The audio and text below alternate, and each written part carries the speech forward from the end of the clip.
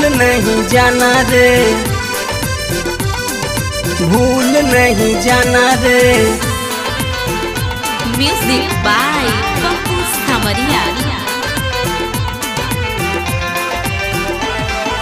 बहुजन मेरे बहुजन सुन लो मेरी बातें तुम, भीम का संविधान कभी भूल नहीं जाना रे।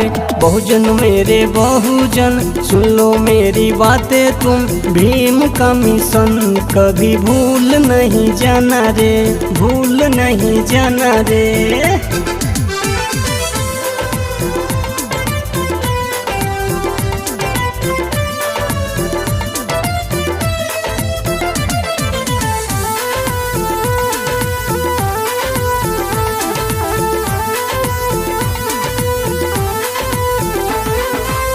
इसके कारण आज तेरा वजूद है, इसको मिटाने वास्ते करते लोग युद्ध हैं, करते लोग युद्ध हैं। इसके कारण आज तेरा वजूद है, इसको मिटाने वास्ते करते लोग युद्ध हैं। तेरे हाथों में है महापुरुषों की लाज रे, हम सबको मिल कर इसको बचाना रे। बहुजन मेरे बहुजन सुन लो मेरी बातें तुम, भीम का मिशन कभी भूल नहीं जाना रे, भूल नहीं जाना रे।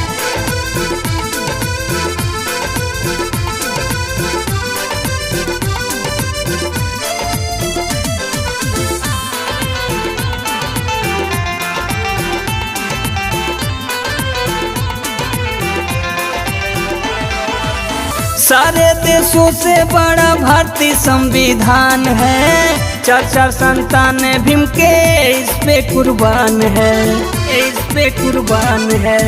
सारे देशों से बड़ा भारतीय संविधान है, चार चार संतान भीम के इस पे कुर्बान है। गौतम दीपक लिए हैं अपने मन में ठान रे, बौद्ध में भारत को है मिल कर बनाना रे।